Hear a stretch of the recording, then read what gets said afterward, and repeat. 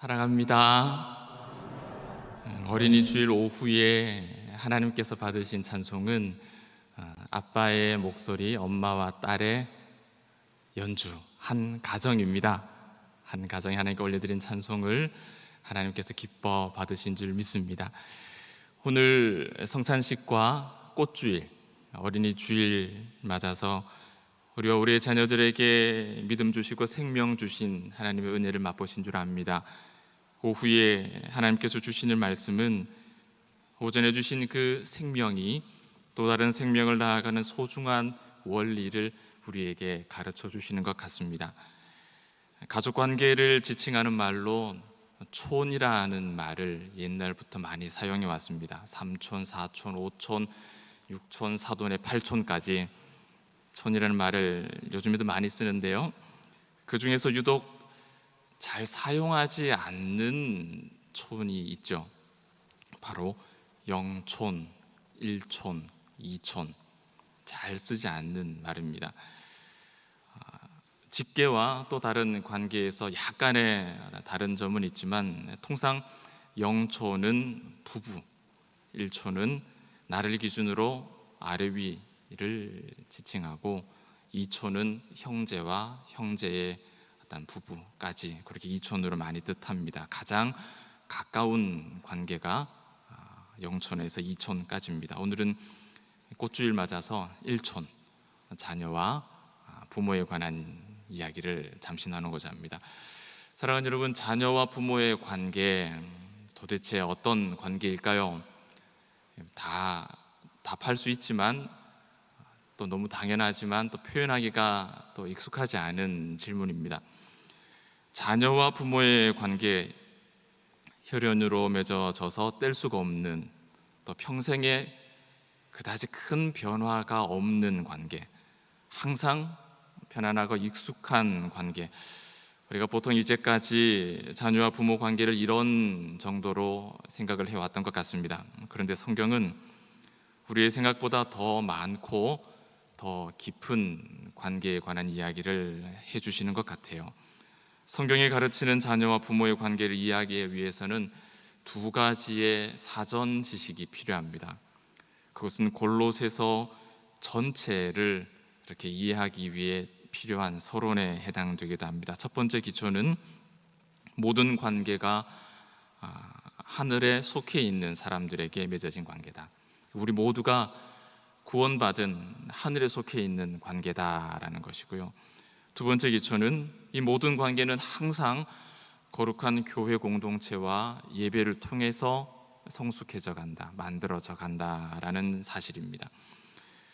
골로새서 3장을 읽어가면 이 두 가지 기초로 여러 가지 관계, 아내와 남편, 자녀와 부모, 또 종과 상전의 관계에서 어떻게 살아가야 할 것인가를 설명하고 계십니다.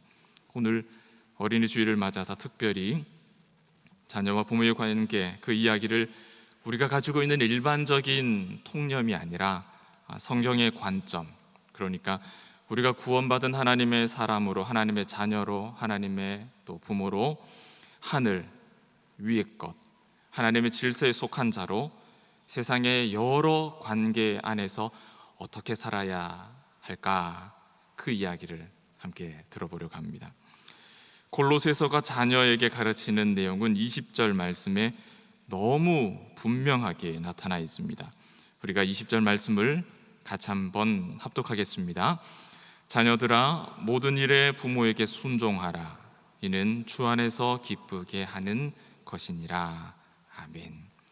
이해하기가 어렵거나 또 문장이 복잡하지도 않고 너무 분명하죠. 20절 말씀은 부모에게 순종해야 할 이유를, 그것은 주 안에서 기쁘게 하는 것이다 라고 말씀을 합니다. 이 말씀의 강조점은 주 안에서라는 말입니다.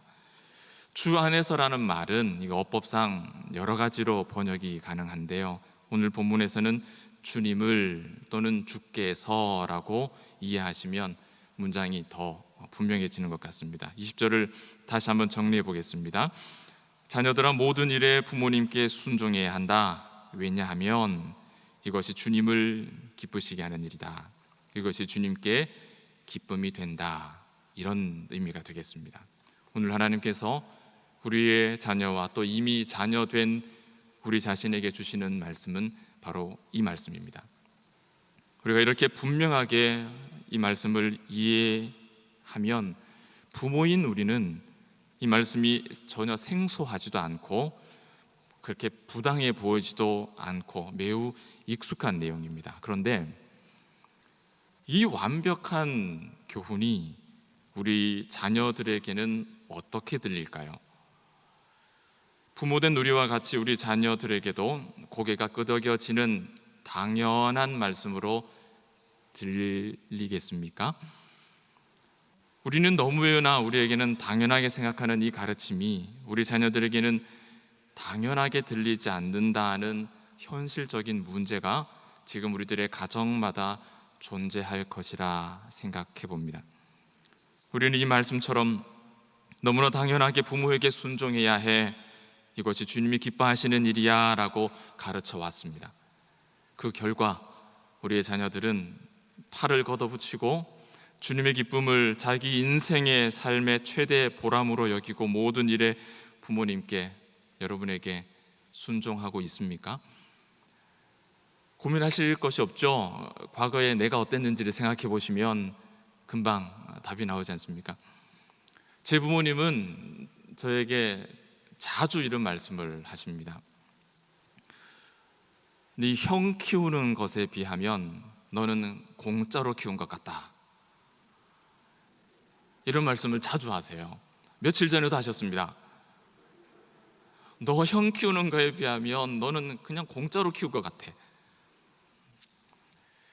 제가 큰 사고 안 치고 알아서 잘했다는 말씀이죠.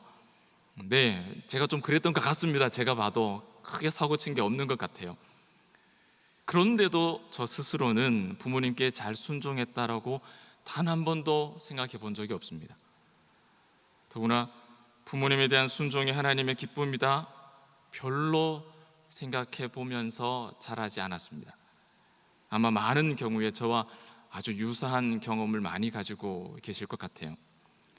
어린 자녀이건 아니면 장성한 자녀이건 여러분의 자녀들이 얼굴이 지금 떠오르면서 우리 아이는 그렇지 않은데 라고 부정하고 싶으시겠지만 이것은 우리 각 가정의 현실이고 나아가서 우리 교회의 큰 위기입니다. 우리 귀에 들리지 않았던, 듣고도 그냥 지나가 버렸던 왜요? 왜 그래요? 라고 하는 우리의 자녀들의 그 질문을 다시 수소문해서 찾으셔야 되고, 그 질문을 아이 손에 쥐어주면서 왜 그렇게 질문했는지 아이와 눈을 맞추는 시간이 우리에게 반드시 필요합니다.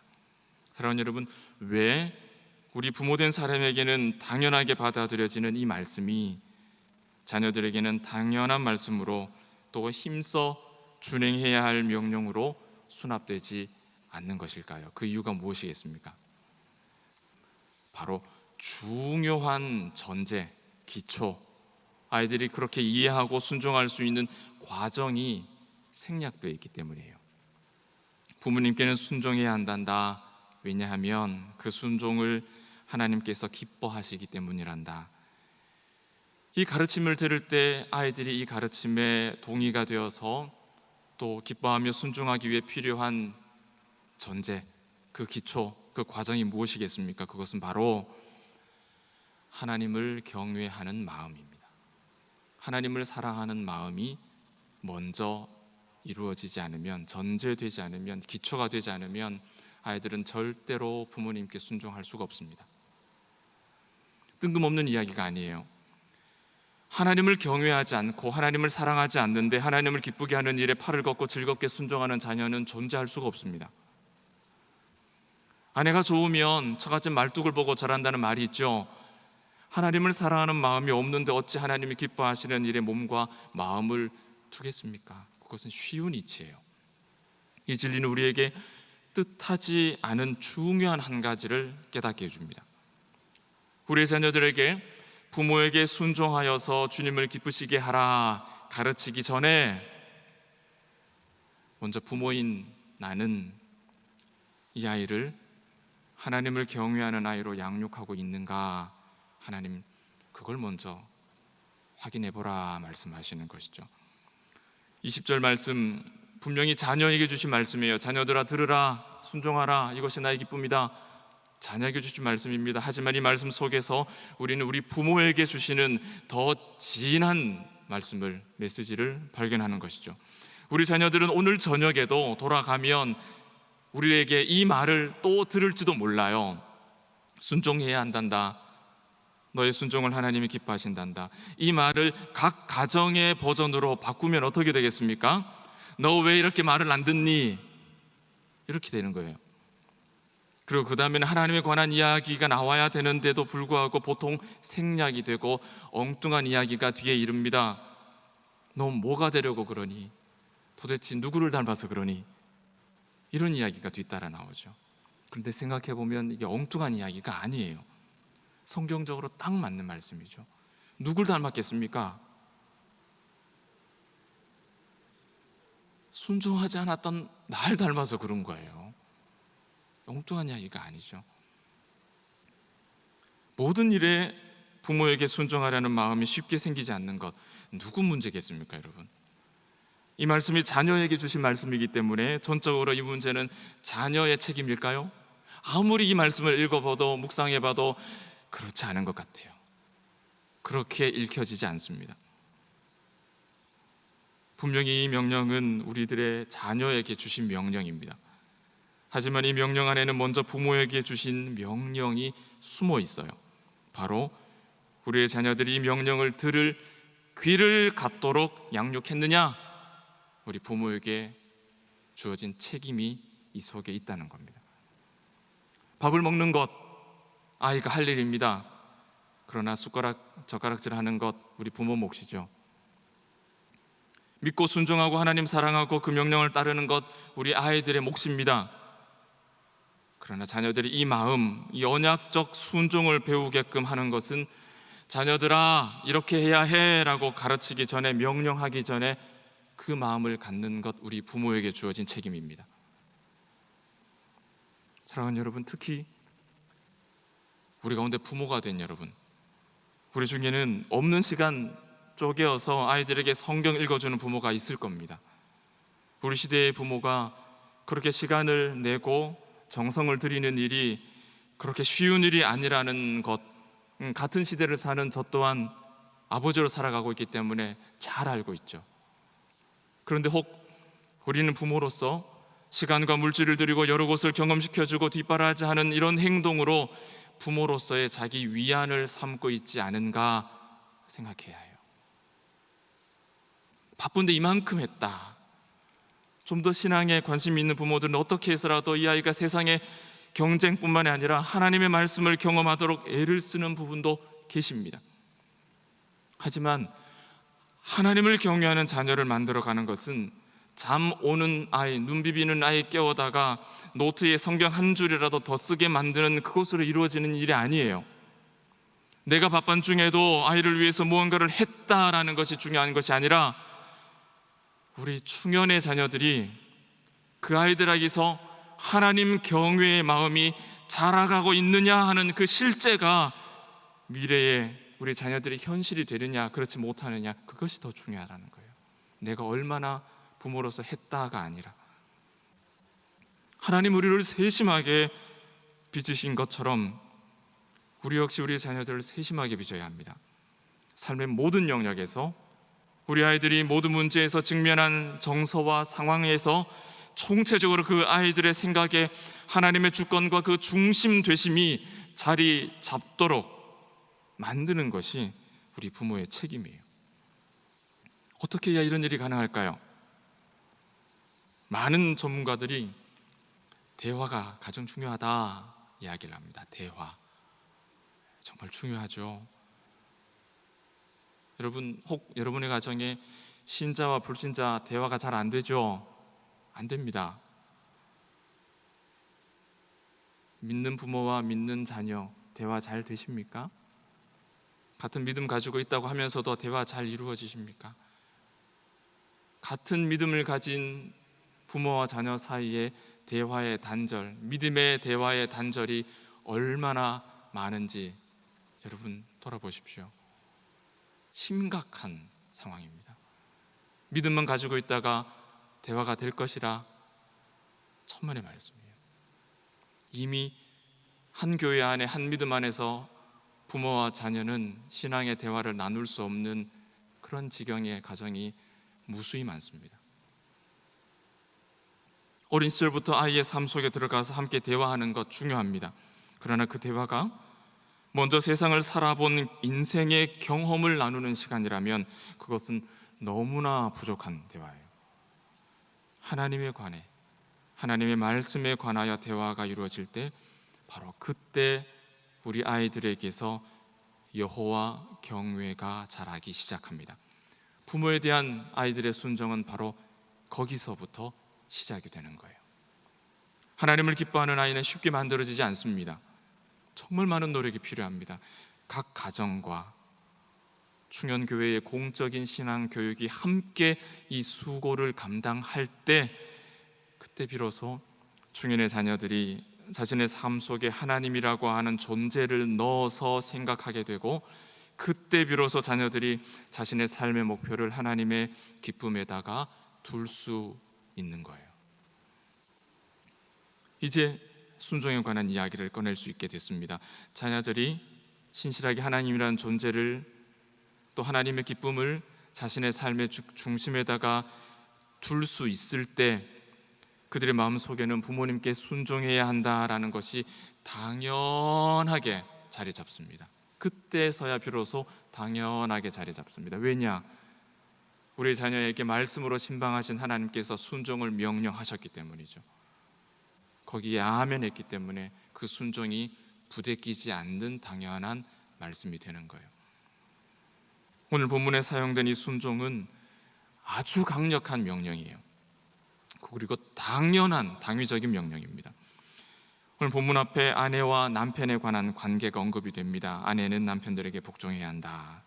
이 한국어라서 어감이 조금 좀 불편하게 들리실 수 있는데요, 이 복종이라는 것이 자원하는 복종의 뉘앙스를 가지고 있어요.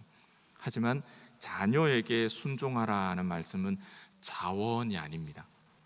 본문 뒤에 또 다른 관계가 나옵니다. 종과 상전이죠. 그래서 22절 한 절을 오늘 말씀 본문에 포함시켰습니다.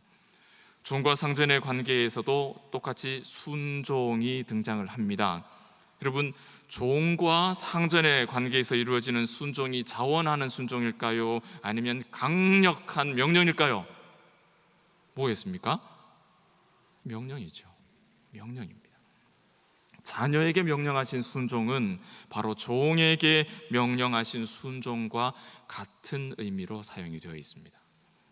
강력한 명령이라는 것이죠. 아내와 남편의 관계와 자녀와 부모 간의 관계를 표현하는 이 단어의 강도가 이렇게 다른 이유는 그 관계의 특징 때문에 그래요. 하나님은 아내와 남편을, 그 관계를 주실 때 협력의 관계로 주셨어요. 그러니까 아내와 남편은 동역하는 관계입니다. 그래서 돕는 배필이다라고 사용하셨습니다. 하지만 자녀와 부모의 관계는 협력, 동역의 관계가 아닙니다. 그것은 창조와 같이 빚어진, 만들어진, 종속되어 있는 관계라고 생각할 수 있어요. 창세기에서 여자가 창조될 때 장면을 한번 떠올려 보십시오. 여자는 남자를 돕는 배필로 지어졌습니다. 우리말로는 조력자라는 의미죠.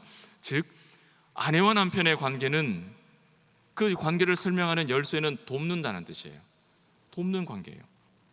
그런데 사람이 자녀를 낳을 때의 장면을 보면 이 자녀들은 하나님께서 흙으로 사람을 빚으실 때와 유사한 모습으로 그렇게 묘사되어 있습니다.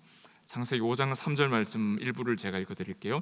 아담이 130세에 자기 모양 곧 자기 형상과 같은 아들을 낳아 이름을 셋이라 하였고, 아담이 아들을 얻는 장면입니다. 아들을 얻는 장면을 마치 하나님께서 사람을 자기의 모양과 형상대로 빚어 만드신 것처럼 표현하고 있습니다. 하나님과 아담의 관계가 부모와 자녀의 관계와 같이 유사하게 표현되고 있는 거예요. 물론 모양과 형상이라는 이 말도 하나님이 처음 사람을 지을 때와 똑같은 단어를 사용하십니다. 이것을 우리가 알 수 있는 것은 부부 관계는 돕는 관계, 자녀와 부모 관계는 종속되어서 빚어진 관계, 그러므로 매우 강력한 순종이 요구되는 관계라는 사실이에요. 그러므로 충일의 부모 여러분, 우리 자녀들에게 순종을 가르쳐야 됩니다. 자녀들의 말에 귀를 기울여 주는 부모, 좋은 부모죠. 친구같이 친근한 부모도 좋은 부모의 모습입니다. 하지만 성경은 자녀에게 순종을 가르칠 수 있는 부모가 가장 좋은 부모라고 가르칩니다. 부모가 지적으로, 육체적으로, 경험적으로 우월하기 때문이 아니라 그렇기 때문에 순종을 명령할 수 있는 것이 아니에요. 부모인 우리도 자녀와 동일하게 하나님의 질서 아래에 있습니다. 그리스도의 보혈로 생명을 얻은 하늘에 속해 있는 자여 똑같은 존재예요. 하나님의 명령에 순종해야 할 존재입니다. 이 사실을 잊으면 안 됩니다. 그럼에도 불구하고 하나님은 자녀에게 너의 부모에게 순종해야 해 라고 명령하십니다. 부모가 자녀에게 순종을 가르쳐야 하는 이유는 단순히 어른이기 때문이 아닙니다. 동방예의지국 그 윤리 때문이 아니에요. 부모로 대접받고 싶어서도 아닙니다. 부모에 대한 순종은 윤리이기 이전에 계명의 문제이고 언약의 문제입니다. 오늘 이 순간도 내가 자녀를 양육하는 지금 이 시대에도 여전히 하나님의 창조 질서 안에 그대로 녹아 있다라는 고백이에요. 하나님께서 세상을 지으실 때 이 세상에 녹여 넣어 두신 하나님의 그 선한 뜻, 원리, 질서, 자녀와 부모의 관계에도 그대로 적용하겠다라는 언약의 측면에서 이 관계를 우리가 바라볼 수 있어야 돼요. 그저 혈연으로 맺어진 끊을 수 없는 평생의 변화가 별로 없는 편안한 익숙한 관계, 그걸로 그치면 안 된다는 거예요. 우리는 조상 대대로 공자왈, 맹자왈 배워왔습니다. 제 전공이 공자왈, 맹자왈입니다. 그렇기 때문에 어른에게 순종해야 된다는 생각이 더 익숙해요. 그것이 동서고금을 막론하고 굉장히 유익한 좋은 글들이지만 성경은 그 무엇보다도 하나님의 창조 질서에 대한 합당한 반응으로 우리의 자녀들에게 순종을 명령하고 있다는 사실입니다. 사랑하는 여러분, 교회 학교에서 아이들에게 어른들에게 인사 잘해야 된다라고 가르치는 것, 그거 단순히 예의 범절 가르치는 거라고 생각하시면 안 돼요. 그것은 주의 말씀을 가르치는 것입니다. 그것은 창조의 질서를 가르치는 일입니다. 가정에서 아이들에게 부모에게 순종하도록 가르치는 것, 그것을 생활교육이라고 생각하지 마십시오. 그것은 하나님의 말씀에 대한 순종을 가르치는 일입니다. 아이들이 불순종의 시간을, 그때를 지나갈 때가 있습니다. 부모의 말 듣지 않고 친구들의 말만 듣고 반항하고 함부로 행하는 때가 있습니다. 사춘기니까 아닙니다. 사랑하는 여러분, 당연한 것으로 여기시지 말아야 됩니다. 그것은 하나님에 대한 불순한 태도예요. 당연한 것이 아니에요. 이것을 방치하는 것, 아이들의 마음을 이해해 보겠다고 불순종과 그 오만을 한때 지나가는 질풍노도라고 내버려 두는 것, 그것은 사회적인 통념에 사로잡혀서 성경을 도무지 알지 못하는 부모의 모습이에요.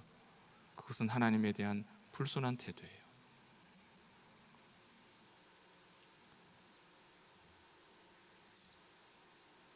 한 걸음 더 나아가 볼까요? 할 수만 있다면 다른 성도의 자녀를 훈계할 수 있는 성숙한 교회가 되어야 됩니다. 세상을 정면으로 거스르는 말일까요? 남의 자식 함부로 못한다는 것이 우리 사회의 기본 통념이고 에티켓으로 자리 잡아 있습니다. 모르는 바가 아닙니다. 그러나 우리는 하늘에 속한 자죠. 다시 생각해야 됩니다. 우리는 언약 공동체이고 하나님은 이 교회를 통해서 우리의 자녀들을 가르치십니다. 그런데 가정을 교육해야 할 교회가 공동체의 자녀를 향해서 아무 말도 할 수 없는 교회가 되어버린다면 우리들의 자녀가 바른 언약신앙으로 천국 시민으로 자라날 수 여러분 있다고 생각하십니까? 자녀에게 순종을 가르칠 수 있는 부모가 된다는 것은 내 자녀가 아닌 다른 사람의 자녀에게도 동일해야 돼요. 사랑하는 여러분, 저부터도 쉽지 않지만 내 아이가 교회의 다른 어른 성도로부터 꾸중을 들을 때 이유를 불문하고 눈이 뒤집어지거나 시쳇말로 뚜껑이 열리지 않으시길 바랍니다. 그런 일이 없어야 돼요. 동시에 남의 아이에게 순종을 가르쳐야 할 때가 있다면 그것은 내 아이를 가르치는 것보다 100배는 더 신중하고 어려운 일이라는 것을 미리 알고 계셔야 합니다. 그러나 이런 이유 때문에 순종을 가르치지 못한다면 우리들의 자녀들은 하나님을 경외하는 자녀로 자라날 수 없을 것입니다. 이런 일들은 정말 많은 성숙함이 요구되죠. 중년의 자녀들에게 합당한 말로 순종을 가르칠 수 있는 그런 성숙한 중년의 모든 부모님들, 모든 어르신들 될 수 있기를 바랍니다. 그리고 무엇보다 우리의 자녀들, 그리고 이미 자녀가 된 우리, 이 순종이 강력한 하나님의 명령이라는 사실을 잊지 말아야겠습니다. 자녀와 부모는 동일하게 하나님의 자녀 안에, 질서 안에 있다라는 공통점을 가지고 있지만 하나님과 부모는 성경이 특별하게 소개하는 공경의 대상이에요. 우리는 부모에 대한 순종이 윤리이기 때문이 아니라 하나님의 말씀, 하나님의 명령이라는 사실을 먼저 기억해야 됩니다. 이런 이유 때문에 오늘 본문의 순종 명령에는 모든 일에라고 수식어가 붙어 있습니다. 성경은 우리들의 마음이 간사하고 순종하지 않으려 한다는 사실을 너무 잘 알기 때문에 이런 특별한 단서를 붙여뒀어요. 자녀든 자들이 이런 생각을 할 수 있기 때문이죠. 네, 순종하라는 말씀이 무슨 뜻인지 알고 있습니다. 순종해야죠. 하지만 그 명령이 너무 부당할 때가 있습니다. 따르지 말아야 할 것 같은 생각이 들 때가 있습니다. 순종이 싫어서가 아니라 그것은 명백히 부모님의 잘못이고 부모님에게 문제가 있는 것인데 그때는 어떻게 해야 됩니까? 이런 생각하실 때가 있습니다. 충분히 있을 법한 일이에요. 부모에 대한 순종은 주를 기쁘시게 하는 것이기 때문에 부모가 주를 기쁘시게 하는 일이 아닌 다른 것을 명령할 때는 그 순종함의 분별력이 필요하죠. 예를 들면 신앙을 버리라, 부모가 그런 명령을 내렸을 때 순종할 수 없습니다. 하나님을 기쁘시게 하려고 하나님을 버리는 명령에 순종할 수 있겠습니까? 분별력이 필요하죠. 그러나 이런 극단적인 경우가 아니라면 성경은 우리에게 모든 일에 부모에게 순종하라 하고 명령합니다. 어느 주석가가 이렇게 이 구절을 설명합니다. 모든 일이란 힘들거나 부모와 뜻이 일치하지 않다 하더라도 어떤 것이든 거절하지 말라는 뜻이다. 관심이 없는 모든 일에도 부모이기 때문에 그 일에 복종해야 한다. 부모 의견이 같지 않아 의심이 되거나 말다툼을 벌이게 되는 모든 일에도 복종해야 한다. 물론 우리가 읽은 말씀에는 자녀를 노엽게 하지 말라라는 또 다른 단서가 붙어 있어요. 자세히 살필 수는 없지만 부모는 지나치게 가혹한 명령을 금함으로 자녀들이 감당할 능력이 없는 일을 하도록 강요하지 않아야 한다라고 설명을 덧붙입니다. 이런 여러 가지 안전장치와 단서가 있다 하더라도 그 근본 원리는 분명하죠. 자녀들은 부모에게 모든 일에 순종해야 합니다. 자녀의 마음에 들건 들지 않건 우리에게 주어진 명령은 순종하라는 한 가지 명령이에요. 말씀을 맺습니다. 자녀와 부모의 관계는 우리가 익히 알고 있는 익숙한 생각 그것보다 더 깊은 언약 안에서 종속되어 있는 관계예요.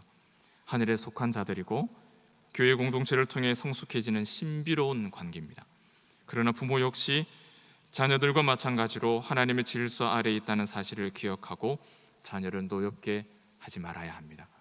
오늘 말씀은 자녀들에게 주시는 말씀이에요. 그러나 우리 자녀에게 이 말씀을 들려주기 위해서 하나님은 우리 부모에게 먼저 질문을 하십니다. 말씀을 듣는 귀를 가지도록, 언약적 순종을 기쁨으로 감당하도록 자녀들이 자신의 삶 속에 하나님이라고 하는 존재를 가운데 두고 생각할 수 있도록, 그리고 자신의 삶의 목표를 하나님의 기쁨에 두고 살아갈 수 있도록 우리 부모된 자에게 너는 그 부모의 책임을 다했느냐, 이 질문을 먼저 던지시는 거예요. 사랑하는 여러분, 우리 자녀들은 모든 일에 우리에게 순종하기를 기쁘게 하고 있습니까? 우리의 자녀들, 그리고 먼저 자녀된 우리 자신에게 이 말씀을 적용해 봅시다. 부모이기 때문이 아니라, 그것이 윤리이기 때문에, 예의 범절이기 때문이 아니라 하늘에 속한 자로 교회라고 하는 언약 공동체 안에서 하나님의 말씀을 따라서 함께 살아가는 천국의 시민이기 때문에 우리가 먼저 순종하고 또 그 순종을 가르치는 신실한 믿음의 사람이 되어야겠습니다. 이와 같은 자에게 하늘의 영광을 보는 복이 있을 줄 믿습니다. 기도하겠습니다. 좋으신 하나님, 천국의 꽃이라 명하신 사랑하는 충현의 자녀들이 동일하게 하늘에 속한 자, 그들의 부모와 교회의 가르침 속에서 온전히 순종을 배워가고 하나님의 언약 백성으로 아름답게 자라나도록 이 교회의 다음 세대를 긍휼히 여겨 주옵소서.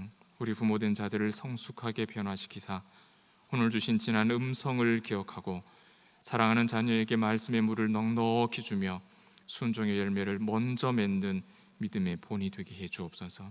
꽃주일을 맞아 이 땅에 또다시 생명의 씨앗을 뿌리시는 예수님의 이름으로 기도하옵나이다. 아멘.